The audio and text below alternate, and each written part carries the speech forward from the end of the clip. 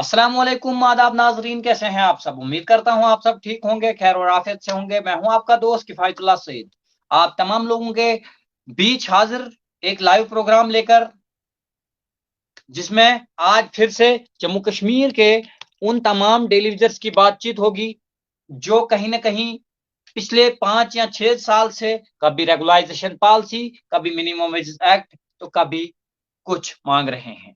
आज उन्हीं के ऊपर बातचीत होगी। मेरे साथ पुरुषोत्तम सोनू जी है, जो कि जम्मू से हैं, एक डेलीविजर खुद है, जो इस बात को खुद समझ सकते हैं कि आखिरकार जम्मू कश्मीर में जो पिछले दिहाइयों से लड़ाई लगी है, regularisation policy, minimum wage act, घर वापसी तब तक नहीं होगी जब तक न रेगुलाइजेशन पॉलिसी होगी, इस सभी के ऊपर मैं बातचीत करूंगा। और आपने सुना होगा रिसेंटली चीफ सेक्रेटरी साहब का एक बयान, उस बयान के ऊपर भी बातचीत होगी। आखिरकार कितनी उम्मीदें इनको सरकार के ऊपर अभी भी है, उन तमाम चीजों के ऊपर बातचीत होगी। मुझे उम्मीद है कि आप ज्यादा से ज्यादा शेयर करेंगे इस वीडियो को, क्योंकि आज हम कुछ चीजें क्लियर करने वाले हैं। कल भी हमने पुरुषोत्तम सोनू जी से लाइव जुड़ने का प्रयास किया था, मगर कुछ प्रॉब्लम इनको हुई थी, जिसके कारण ये लाइव को छोड़कर चले गए थे। इस वक्त मेरे साथ पुरुषोत्तम सोनू जुड़े हैं, जो कि पहली बार हमारी चैनल पर बातचीत करेंगे। आज 61,000 डेलीविजन को रिप्रेजेंट करेंगे। बहुत सारे लोगों ने अभी तक किया, आज पुरुषोत्तम सोनू जी भी करेंगे। पुरुषोत्तम सोनू जी, आपका बहुत बहुत शुक्रिया आज हमारे चैनल पर लाइव जुड़ने के लिए। शुक्रिया सर जी। जिस तरह आपको पता है कि पिछले 5 6 सालों से जम्मू कश्मीर का युवा कह लूं मैं, जम्मू कश्मीर की रीढ़ की हड्डी कह लूं मैं, जम्मू कश्मीर में अगर किसी ने पूरा जम्मू कश्मीर थमाया है, तो चाहे वो पीएचई हो, पीडीडी हो, या एसपीओज हो, या आंगनवाड़ी वर्कर्स हो, या आशा वर्कर्स हो, या कोई भी छोटे किस्म का मुलाजिम हो जिसको हम डेली विजर कहते हैं, उस डेली वेजर के साथ पिछले 5 साल से नहीं बल्कि 2002 से लेकर आज तक नाइंसाफी हो रही है। सबसे पहले शुरू इसी से करूंगा मैं, आपका सफर कहां पहुंचा और क्या कुछ चल रहा है आजकल डिपार्टमेंटों में। आपके चैनल के माध्यम से मैं सर यही कहना चाहूँगा कि जो सफ़र है, जो हमारी जो रास्ता है, वो बहुत ही कठिन चल रहा है। लेकिन ये हमें मालूम है कि एक ना एक दिन हम मंजिल तक पहुंचेंगे, क्योंकि हम बिल्कुल साफ और स्पष्ट नीति अपनाकर निकले हैं कि जी हम जो गरीब लोग हैं, हम अपना हक लेकर रहेंगे, और जो कि जायज़ डिमांड्स हैं। जी और इन जायज़ डिमांडों को एलजी साहब ने भी जायज़ ठहराया है। 2020 की बात है, डीडीसी इलेक्शंस के पहले की। तो तब उन्होंने ये कहा था कि डीडीसी इलेक्शंस के बाद जो सबसे पहला मुद्दा मैं हल करूंगा, वो जी daily wager, SPO, anganwadi workers, इनका मुद्दा हल होगा। जी लेकिन पता नहीं, कहीं ना कहीं जा तो कोई जम्मू कश्मीर की जो एडमिनिस्ट्रेशन है वो उनको गलत गाइड करती है कि अभी तक कुछ हो नहीं पाया। अब उस बात को भी करीब करीब 3 साल हो चुके हैं। बिल्कुल। तो जी, तो आपके चैनल के माध्यम से मैं यही कहना चाहूंगा कि हम लोग डटे हुए हैं, अपना हक लेकर रहेंगे। क्योंकि और आपने जो कहा कि जो 2002 से नहीं, ये हमारे साथ डिस्क्रिमिनेशन जो होती आई है, ये 94 के बाद से हो रही है। जी अभी तक 94 के भी कुछ जो बंदे हैं, वो डेली वेजर ही हैं। और जी आपको पता लगा होगा कि हर महीने की लास्ट डेट को कोई ना कोई हमारा जो डेली वेजर भाई है, वो डिपार्टमेंट छोड़ के, 60 साल की उम्र में डिपार्टमेंट को छोड़ के रिटायर हो रहा है। लेकिन जी बिल्कुल। उसके लिए रिटायरमेंट के नाम पर क्या है, उन लोगों के पास इतने पैसे तक नहीं है कि हम लोग उनको एक फूलों का हार चढ़ा सकें। बिल्कुल। पार्टी तो दूर की बात है, 9,000 सैलरी है, उसमें भी उसकी 72 महीने की पेंडिंग है। बिल्कुल। रिटायरमेंट के नाम पर कुछ नहीं। जब वो रिटायर होता है, तो उसको कोई एक सैलरी भी नहीं देता है। बिल्कुल। जो हमारी लड़ाई है वो इसीलिए चल रही है कि हम उनके लिए भी लड़ रहे हैं कि कम से कम उनके लिए ज्यादा नहीं तो एक 10 लाख का पैकेज जी सरकार की तरफ से उनको दिया जाए, ताकि कल को वो जब रिटायर हो जाएगा, हम पेंशन की मांग नहीं कर रहे हैं उनके लिए, हम जी ये कह रहे हैं कि उनको वन टाइम एक पैकेज दिया जाए, ताकि वो जब डिपार्टमेंट छोड़ के जाता है, छोटा सा कोई अपना सेटअप लगा ले, बिजनेस शुरू कर ले, जिससे कि उसका बिल्कुल। घर का गुजारा चलता रहे। क्योंकि जब तक जी वो जिंदा है, उसको राशन की जरूरत भी पड़ेगी और दवाइयों की जरूरत भी पड़ेगी। और ये वो दो चीजें हैं जिसको आप नकार नहीं सकते।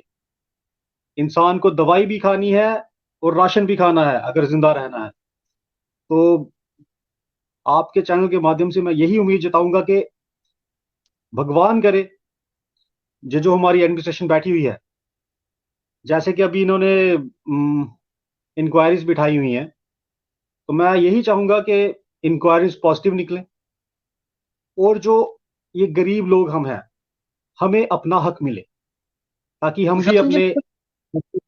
जी जी जी कुछ सवाल यहाँ पर करूंगा। जिस तरह जी श्री नरेंद्र मोदी जी जब जम्मू कश्मीर का दौरा उनका हुआ था, तो पुंछ राजौरी में उन्होंने एक बहुत बड़ी स्पीच की थी, जिसमें जी उन्होंने कहा था जम्मू कश्मीर के लोगों के लिए दो ही चीजें करना मेरी तरफ से जो है मुझे बड़ी चीजें लगती है। एक तो आर्टिकल 370 को जम्मू कश्मीर से रिमूव करना, ये एक चैलेंज हो गई है मेरे लिए। दूसरी चैलेंज मेरे लिए है कि जम्मू कश्मीर का जो डेली विजर है इसको परमानेंट करना, और इन दोनों को जो है मैं करके छोड़ूंगा। आर्टिकल 370 को भी उन्होंने जो है जम्मू कश्मीर से रिमूव कर दिया है। और डेली विजर के लिए जब अमित शाह जी उसी राजौरी पुंछ में आए, तो उन्होंने पिछले साल कहा कि हमने मिनिमम वेजेस एक्ट का प्रावधान किया। और साथ साथ में निर्मला सीतारमन जी जो है, जो फाइनेंस मिनिस्टर ऑफ इंडिया है, उन्होंने भी पिछले साल बजट में साफ तौर पर कहा कि हमने मिनिमम वेजेस एक्ट का प्रावधान किया। जबकि 8 यूटीज जम्मू कश्मीर के अलावा शायद है, जिन तमाम यूटीज में जो है मिनिमम वेजेस एक्ट मिल रहा है, खाली एक जम्मू कश्मीर की यूटी है जिसको बनाया गया, क्या किया गया क्या नहीं किया गया, लोगों ने एक्सेप्ट अभी तक नहीं किया। मगर इस यूटी में अभी तक वो रेट जो है नहीं लगाए गए, जबकि खुद होम मिनिस्टर ने कहा कि हमने डेली वेजर के लिए मिनिमम वेज एक्ट और सफाई कर्मचारियों के लिए सफाई, कुछ उन्होंने बोला था, इस तरह का वर्ड इस्तेमाल किया था कि हमने प्रावधान कर दिया इन दोनों के लिए। तो आपको वो दिखे कहीं अभी तक? सैयद जी, मैं आपसे यही कहना चाहूंगा कि 370 तो उन्होंने तोड़ दिया। इसके लिए मैं जी सेंट्रल गवर्नमेंट को बहुत बहुत बधाई देता हूं कि उन्होंने अपना एक वायदा पूरा किया। तो जी उसी की तर्ज पे मैं यही उम्मीद जताता हूं कि बहुत जल्द ये डेली वेजरों का भी निपटारा करें, क्योंकि ये सरकारी मुलाजिम आपके हैं, गरीब लोग आपके लिए काम कर रहे हैं, आपके डिपार्टमेंट चला रहे हैं। आपकी सरकारें, आपके अफसर जो वाह वाही लूटते हैं, वो इन्हीं गरीब लोगों के सिर पे लूटते हैं। अगर ग्राउंड लेवल पे ये ना होंगे तो आपका काम कौन चलाएगा? अब आपके चैनल के माध्यम से मैं यही कहूंगा कि मोदी जी, अमित शाह जी, इनकी 370 पे जो इनकी करनी थी, कथनी थी, और उसकी करनी में कोई फर्क नहीं था। लेकिन पता नहीं क्या चीज इनको रोक रही है कि डेली वेजर की बारी जब आती है, ये यूटी परमानेंट, ये यूटी को परमानेंट यूटी नहीं बताती, ये टेम्पररी बन जाती वही तो लग रहा है यहाँ है। पर ये एक डेली आज लिख रहा है, मैंने कमेंट आपके सामने शो किया, आपने पढ़ा होगा, आदिल खान लिख रहा है करगिल में सब, लद्दाख करगिल में सभी को परमानेंट ऑर्डर का निकाला निकला। गया, निकला। तो वो भी तो इसी के साथ यूटी बनी है ना, लद्दाख करगिल तो इसी के साथ यूटी बना है। सर वहां पर एक चीज मैं क्लियर करना चाहूंगा, वहां पर इन्होंने मिनिमम वेजेस एक्ट लगाया है, परमानेंट का ऑर्डर हमारी नॉलेज में तो है नहीं। तो वहां पर इन्होंने मिनिमम, 3 कैटेगरीज बनाई थी। पुरुषोत्तम जी अगर मिनिमम ही जम्मू कश्मीर में भी जी जी, मिलता तो मिनिमम। कम से कम 15-16 हजार तो आप तनख्वाह ले लेते, कम से कम अपने बच्चे को आप पढ़ा लेते सुकून से। सर अगर अगर आपकी अगर ये उसी तर्ज पर चले जो मिनिमम वेजेस एक्ट वहां पर लद्दाख में लगा है, तो जी 3 कैटेगरीज बनेंगी। जी उसमें बनेगी अनस्किल्ड, सेमी स्किल्ड और स्किल्ड। तो उन जी 3 कैटेगरीज में उनके अलग अलग रेट हैं। जो सबसे कम रेट आएगा वो मेरे ख्याल में कोई, जो अनस्किल्ड के लिए है वो कि 14,000 के करीब है। जी। तो सेमी स्किल्ड का वही, उससे कोई 2,000 ऊपर, 2-3 हजार ऊपर है। तो जो स्किल्ड लोग हैं उनका 18,000 प्लस आ रहा है। जी तो हम तो यही उम्मीद जताएंगे कि यहाँ पर भी कम से कम उनकी उसी की तर्ज पर यहाँ भाई एटलीस्ट मिनिमम वेजेस तक तो लगाया जाए, क्योंकि जब वही तक कहते आपकी हैं पॉलिसी फ्रेम होने में टाइम लग रहा है। जी जी। वही तो जब कहते तक आपकी हैं, जो आपकी policy- ना हो यही मैं बेहतर बता है। रहा हूँ आपको, जब तक आपकी पॉलिसी फ्रेम नहीं होती, जी जब तक आपकी पॉलिसी फ्रेम नहीं होती जिसके अंडर आप रेगुलर करेंगे एम्प्लॉयज को, जब तक वो फ्रेम नहीं होने में आ रही है, कम से कम इनको मिनिमम वेजेस एक्ट, जो कि एक यूटी के तहत इनको बेनिफिट्स मिलने चाहिए। जी। तो उम्मीद मैं जताता हूं कि शायद जो इन्होंने अब एक शुरू किया है अपना वेरिफिकेशन का काम, तो शायद इसमें कुछ पॉजिटिव निकले। अच्छा पुरुषोत्तम जी, जानना चाहता हूं, यहाँ पर चीफ सेक्रेटरी साहब का एक बयान आता है जिसमें उन्होंने कहा है कि अब जो है वेरिफिकेशन होगी, छानबीन होगी, जो भी 2010 के बाद पोस्टेड हुए हैं उन लोगों को 1 महीने के अंदर अंदर उनकी छानबीन होगी। अब लोग और टेलीविजन जी बहुत ज्यादा डरे हुए हैं, क्योंकि ये 61,000 लोग नहीं है, ये 6 लाख के आसपास का वोट बैंक बनता है और 6 लाख के आसपास लोग बनते हैं। सारे डरे हुए हैं, कहीं ना कहीं आप भी डरे होंगे, क्या पता मैं भी इस दायरे में मैं आऊंगा, सभी लोग डर रहे हैं। आप थोड़ा सा क्लियर कर दीजिए सर, इसमें इसमें क्या कुछ ये वेरिफिकेशन करने वाले हैं। सर जी, सर जी, मैं यही कहना चाहूंगा कि डरने वाली बात कोई है नहीं। उन्होंने वेरिफिकेशन मांगी है तो वेरिफिकेशन करे। अगर आप लोग लगे हैं तो किसी ना किसी स्कीम के तहत लगे हैं, बिल्कुल। किसी ना किसी ऑर्डर के तहत लगे हैं। अगर वो वेरिफिकेशन करना चाहते हैं तो मैं तो कहता हूं आप सभी की वेरिफिकेशन कीजिए। जी आप भी अपनी तरफ से सेटिस्फाई हो जाए, उनको भी तो सेटिस्फेक्शन चाहिए ना। अगर वो बिल्कुल। काम करने के लिए निकले हैं, अगर वो काम करना चाहते हैं, तो मैं चाहता हूं कि वो वेल सेटिस्फाई हो। बिल्कुल। और ये अच्छा कदम है, इनको ये वेरिफिकेशन करवाने से डरना नहीं चाहिए। तो बाकी उन्होंने वेरिफिकेशन कहा है, टर्मिनेट नहीं कहा है। ये मैं बार बार क्लियर कर रहा हूं, वेरिफिकेशन और टर्मिनेट में बहुत फर्क होता है। जी एलजी साहब ने, चीफ सेक्रेटरी साहब ने टर्मिनेट का ऑर्डर नहीं दिया है, सिर्फ वेरिफिकेशन के ऑर्डर दिए हैं। और ऐसी हमारी वेरिफिकेशन सर 2007 से होती आ रही है। वही यहाँ पर एक भाई लिख हजारों रहा है बार हमने कितनी, डॉक्यूमेंट्स अपनी सब यहाँ जमा पर एक करवाई है। भाई लिख, खान वर्ल्ड लिख रहा है कितनी बार वेरिफिकेशन करेंगे। सर आपकी आवाज कट रही है। मैंने कहा कि खान वर्ल्ड एक यहाँ पर कमेंट कर रहा है कि कितनी बार आप वेरिफिकेशन करेंगे। सर आगे जो मतलब आगे वेरिफिकेशन हुई थी सरकारों के थ्रू, तब सरकारों में, जी सर जी, जी सुन पा रहे हैं मुझे? बिल्कुल बिल्कुल सुन पा रहा मतलब हूं। वो वेरिफिकेशन हुई थी सरकारों के थ्रू, पॉलिटिशियंस ने करवाई थी। ये जी ब्यूरोक्रेट्स है, एडवाइजर्स हैं, तो एडमिनिस्ट्रेशन करवा रही है। तो मैं इसका वेलकम करूंगा, ये कोई गलत बात तो है नहीं। तो मैं डेली वेजर भाइयों से यही कहूंगा कि डरने वाली बात कोई नहीं है इसमें। आप वेरिफिकेशन करवाइए। इसमें आपका आपका जो है वो डाटा फिर से क्लियर होगा ना, बिल्कुल। उनके अच्छा जरा सामने अगर आएगा बात, कि ये लोग कब बिल्कुल से सफर कर रहे हैं। पुरुषोत्तम जी, अगर बात करूं मैं, पिछले साल एक ऑर्डर निकाला जाता है जब सचिन टिका जो पीडीटी के प्रेसिडेंट है, जब वो जम्मू में जो है अपने चीफ इंजीनियरों के साथ साथ में जो है एक प्रोटेस्ट करते हैं, जिसमें तमाम जम्मू कश्मीर के पीडीटी के डेली प्रोटेस्ट करने के लिए जाते हैं, तब उनसे जो है एक बात की जाती है कि 12,000 पीडीटी के डेली को जो है परमानेंट किया जाता है, किया जाएगा। तो वो ऑर्डर ही सिर्फ जी निकला, उसके बाद नहीं गया। दूसरी, जिस डिपार्टमेंट में आप काम कर रहे हैं, जिसको आप जल जीवन मिशन कहते हैं, नया नाम उसका जल जीवन मिशन है, उस जल जीवन मिशन के JJM।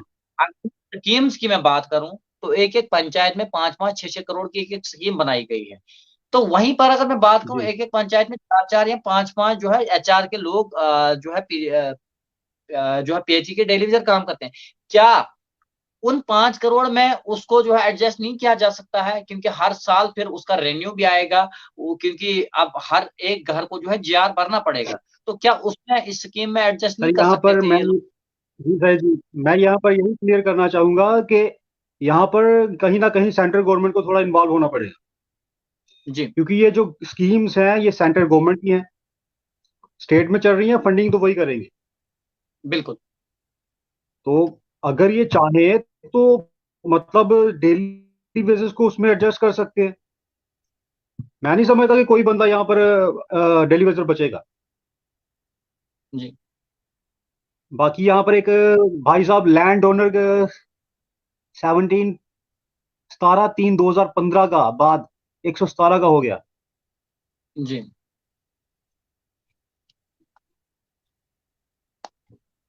सर बातें जिस हम तरह सारी गवर्नमेंट के आगे रख रहे हैं। जी जी, मैं इनका जवाब दे जिस दूं तरह सर। बातें जी, सर हम जो जितनी भी बातें हैं वो सरकार के साथ बात चल रही है, जी, क्योंकि हमारा काम है कि किसी के साथ भी नाइंसाफी ना हो।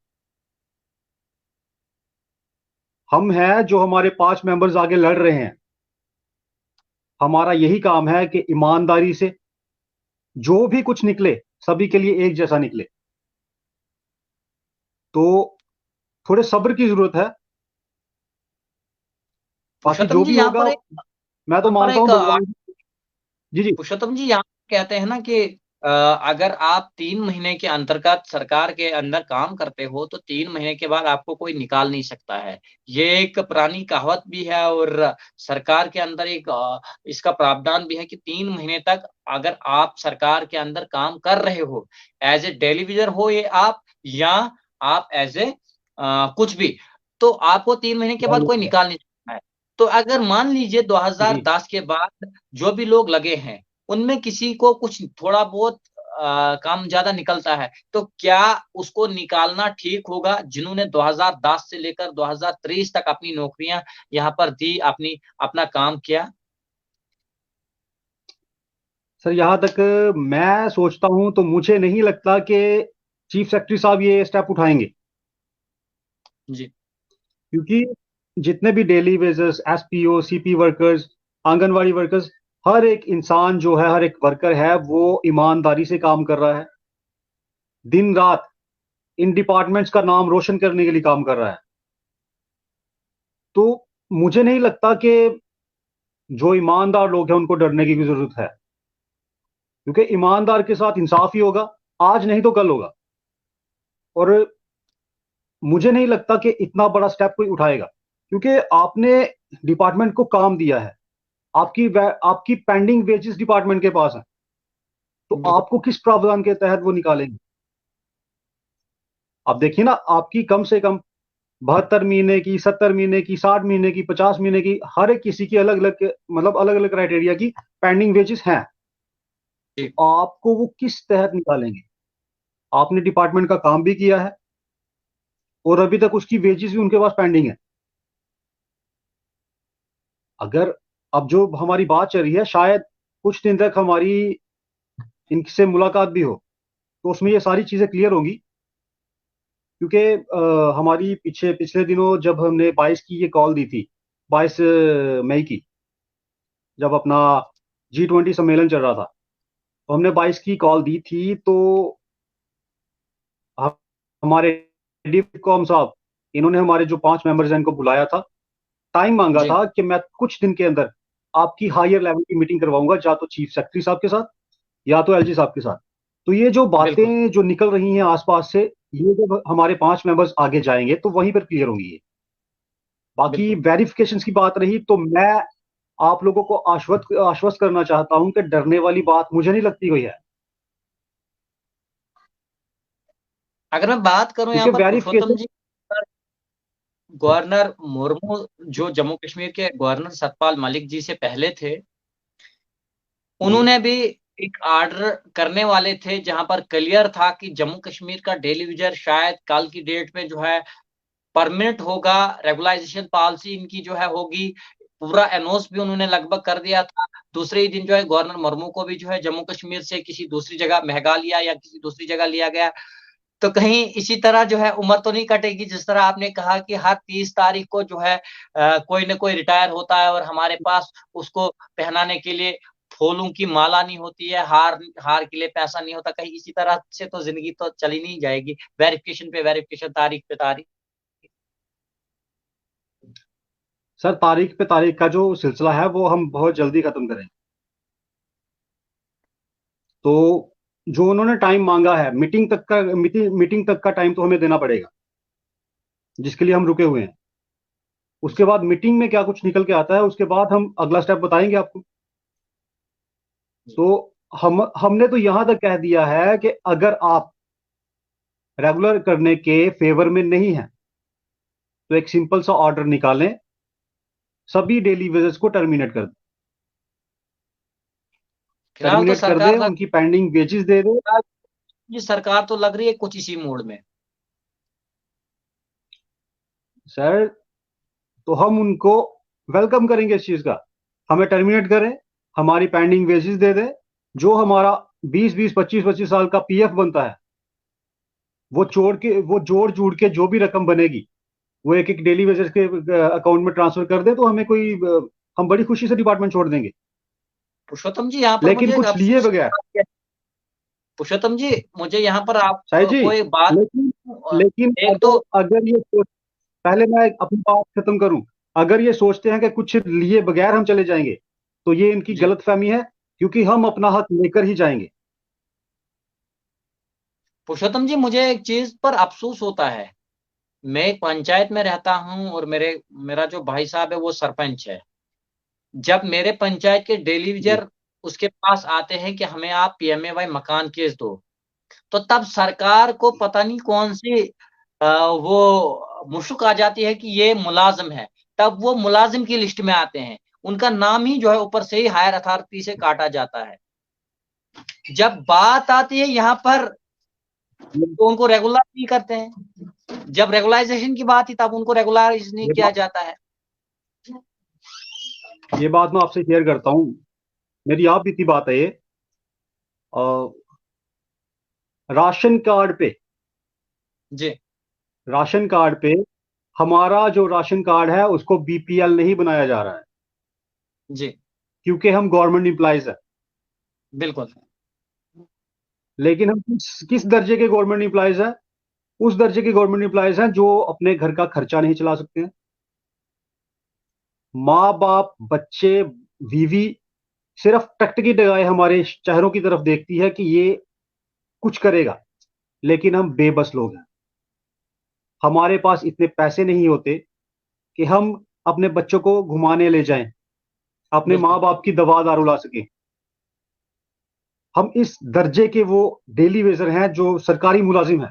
मैं सरकारी मुलाजिम कहूंगा, लेकिन सरकारी मुलाजिम को कितने बेनिफिट्स हैं यूटी में, हमें उनमें से दो ही दे दें। मैं ज्यादा नहीं मांगता हूं। चिल्ड्रन अलाउंस दे दें, मेडिकल दे दें।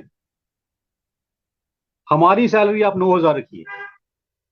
पुरुषोत्तम जी, आपको पता है अगर कि जो हमारे परमानेंट है, यहाँ पर मैं आपको एक बात कहता हूँ, आपको पता है कि परमानेंट एम्प्लॉइज को जो है बच्चों को पढ़ाने के लिए एक तो 60-70 हजार सैलरी दी जाती है, वो कम से कम 60-70 हजार सैलरी दी जाती है, और उसके साथ साथ में बच्चों को पढ़ाने के लिए अलग से फीस उनकी दी जाती है, और साथ साथ दो बच्चों को, और साथ साथ में उनका जो मोबाइल का रिचार्ज होता है वो भी दिया जाता है। क्या आपको ये पता है?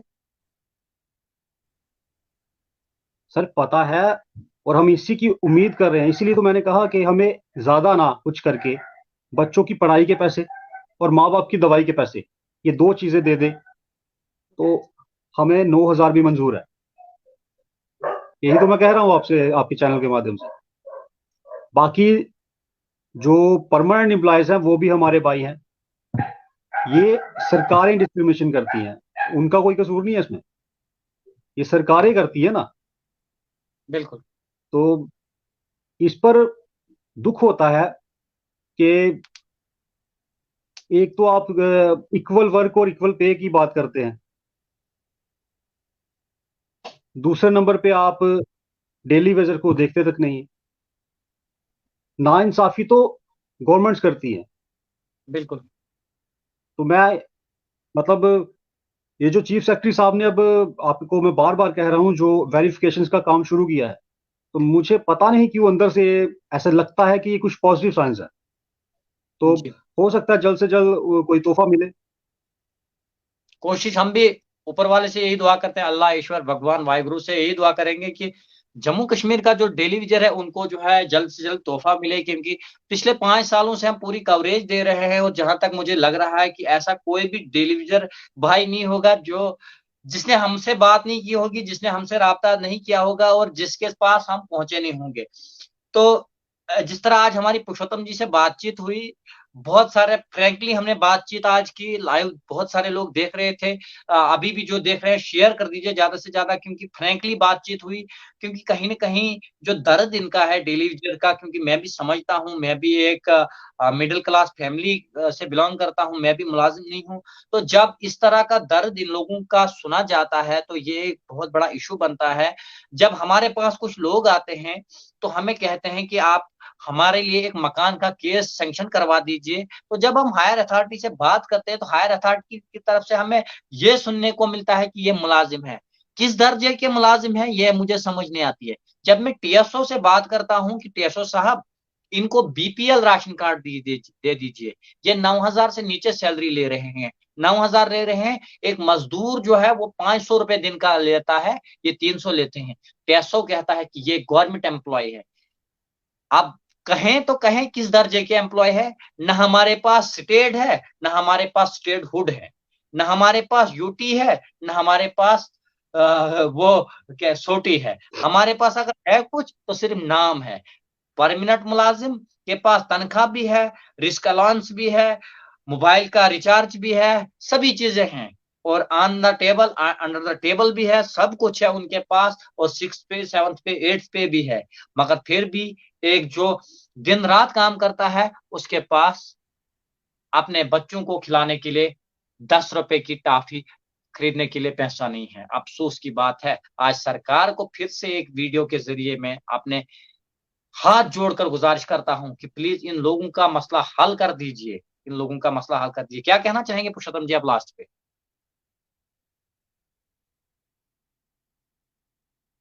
माध्यम से यही अपील करता हूँ सरकार से, सेंट्रल गवर्नमेंट से और एलजी एडमिनिस्ट्रेशन से, कि जल्द से जल्द हम गरीब लोगों का कुछ ना कुछ जल्द से जल्द किया जाए। रेगुलर जो प्रोसेस है, कम से कम उसको शुरू कीजिए। आपकी आप लोग सत्ता में बैठे हुए हैं, आप लोगों के हाथ में पावर है, आप कुछ भी कर सकते हैं। तो एक अच्छा काम कर दीजिए, ये लोग आपको दुआएं ही देंगे। इसी के साथ जय हिंद, जय भारत। चलिए, बहुत बहुत शुक्रिया नाजरीन, जितने भी लोग देख रहे हैं आज के इस वीडियो को जो है ज्यादा से ज्यादा प्यार दीजिए, क्योंकि आज आपने फ्रैंकली बातचीत हमारी सुनी।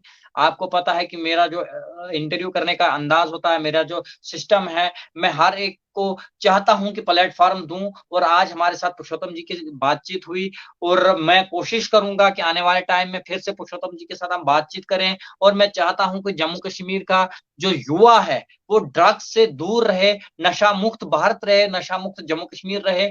और ये तभी मुमकिन है जब हर एक को अपने घर में खाना, 3 वक्त की रोटी, पढ़ाने के लिए बच्चों को पैसा, और सभी चीजें जब होंगी, तो तभी नशा मुक्त भारत, नशा मुक्त जम्मू कश्मीर रहेगा।